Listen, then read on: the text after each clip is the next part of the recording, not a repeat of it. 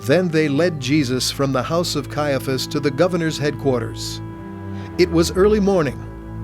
They themselves did not enter the governor's headquarters so that they would not be defiled, but could eat the Passover. So Pilate went outside to them and said, "What accusation do you bring against this man?" They answered him, "If this man were not doing evil, we would not have delivered him over to you." Pilate said to them, "Take him yourselves and judge him by your own law." The Jews said to him, "It is not lawful for us to put anyone to death." This was to fulfill the word that Jesus had spoken, to show by what kind of death he was going to die.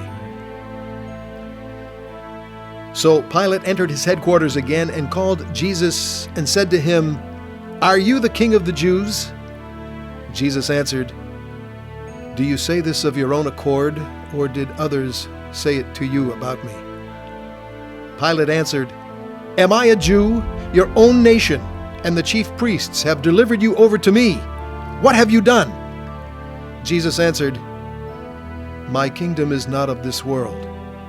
If my kingdom were of this world, my servants would have been fighting, that I might not be delivered over to the Jews. But my kingdom is not from the world." Then Pilate said to him, "So you are a king?" Jesus answered, "You say that I am a king. For this purpose I was born, and for this purpose I have come into the world, to bear witness to the truth. Everyone who is of the truth listens to my voice." Pilate said to him, "And what is truth?" After he had said this, he went back outside to the Jews and told them, "I find no guilt in him, but you have a custom that I should release one man for you at the Passover. So do you want me to release to you the King of the Jews?" They cried out again, "Not this man, but Barabbas." Now Barabbas was a robber. Then Pilate took Jesus and flogged him, and the soldiers twisted together a crown of thorns and put it on his head and arrayed him in a purple robe. They came up to him, saying, "Hail, King of the Jews!" and struck him with their hands. Pilate went out again and said to them, "See, I am bringing him out to you, that you may know that I find no guilt in him." So Jesus came out wearing the crown of thorns and the purple robe. Pilate said to them, "Behold the man!" When the chief priests and the officers saw him, they cried out, "Crucify him! Crucify him!" Pilate said to them, "Take him yourselves and crucify him, for I find no guilt in him." The Jews answered him, "We have a law, and according to that law he ought to die because he has made himself the Son of God." When Pilate heard this statement, he was even more afraid. He entered the headquarters again and said to Jesus, "Where are you from?" But Jesus gave him no answer. So Pilate said to him, "You will not speak to me? Do you not know that I have the authority to release you and the authority to crucify you?" Jesus answered him, "You would have no authority over me at all, unless it had been given you from above. Therefore, he who delivered me over to you has the greater sin." From then on, Pilate sought to release him, but the Jews cried out, "If you release this man, you are not Caesar's friend. Everyone who makes himself a king opposes Caesar." So when Pilate heard these words, he brought Jesus out and sat down on the judgment seat at a place called the Stone Pavement, and the Aramaic Gabbatha. Now it was the day of preparation for the Passover. It was about the 6th hour. He said to the Jews, "Behold your king!" They cried out, "Away with him! Away with him! Crucify him!" Pilate said to them, "Shall I crucify your king?" The chief priests answered, "We have no king but Caesar." So he delivered him over to them to be crucified. So they took Jesus, and he went out bearing his own cross to the place called the Place of a Skull, which in Aramaic is called Golgotha. There they crucified him, and with him 2 others, one on either side, and Jesus between them. Pilate also wrote an inscription and put it on the cross. It read, "Jesus of Nazareth, the King of the Jews." Many of the Jews read this inscription, for the place where Jesus was crucified was near the city, and it was written in Aramaic, in Latin, and in Greek.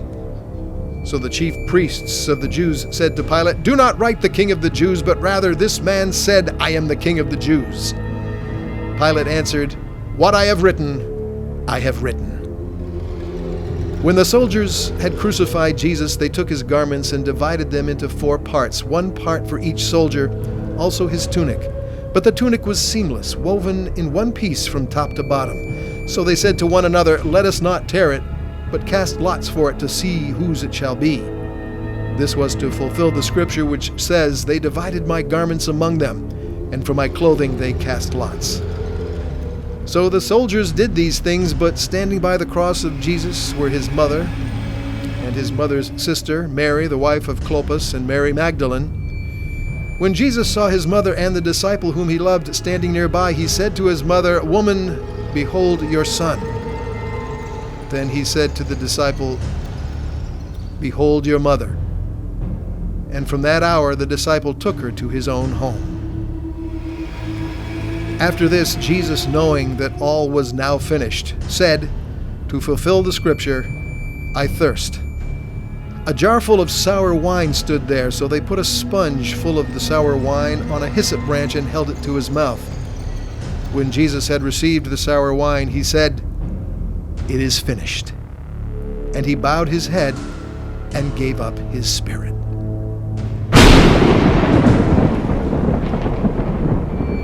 Since it was the day of preparation, and so that the bodies would not remain on the cross on the Sabbath, for the Sabbath was a high day, the Jews asked Pilate if their legs might be broken, that they might be taken away.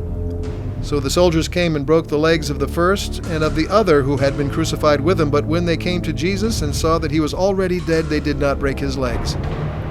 But one of the soldiers pierced his side with a spear, and at once there came out blood and water. He who saw it has borne witness. His testimony is true, and he knows that he is telling the truth, that you also may believe. For these things took place that the scripture might be fulfilled, "Not one of his bones will be broken." And again another scripture says, "They will look on him whom they have pierced." After these things, Joseph of Arimathea, who was a disciple of Jesus, but secretly, for fear of the Jews, asked Pilate that he might take away the body of Jesus, and Pilate gave him permission. So he came and took away his body. Nicodemus also, who earlier had come to Jesus by night, came bringing a mixture of myrrh and aloes, about 75 pounds in weight.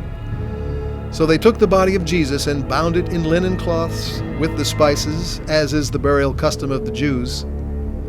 Now in the place where he was crucified there was a garden, and in the garden a new tomb in which no one had yet been laid.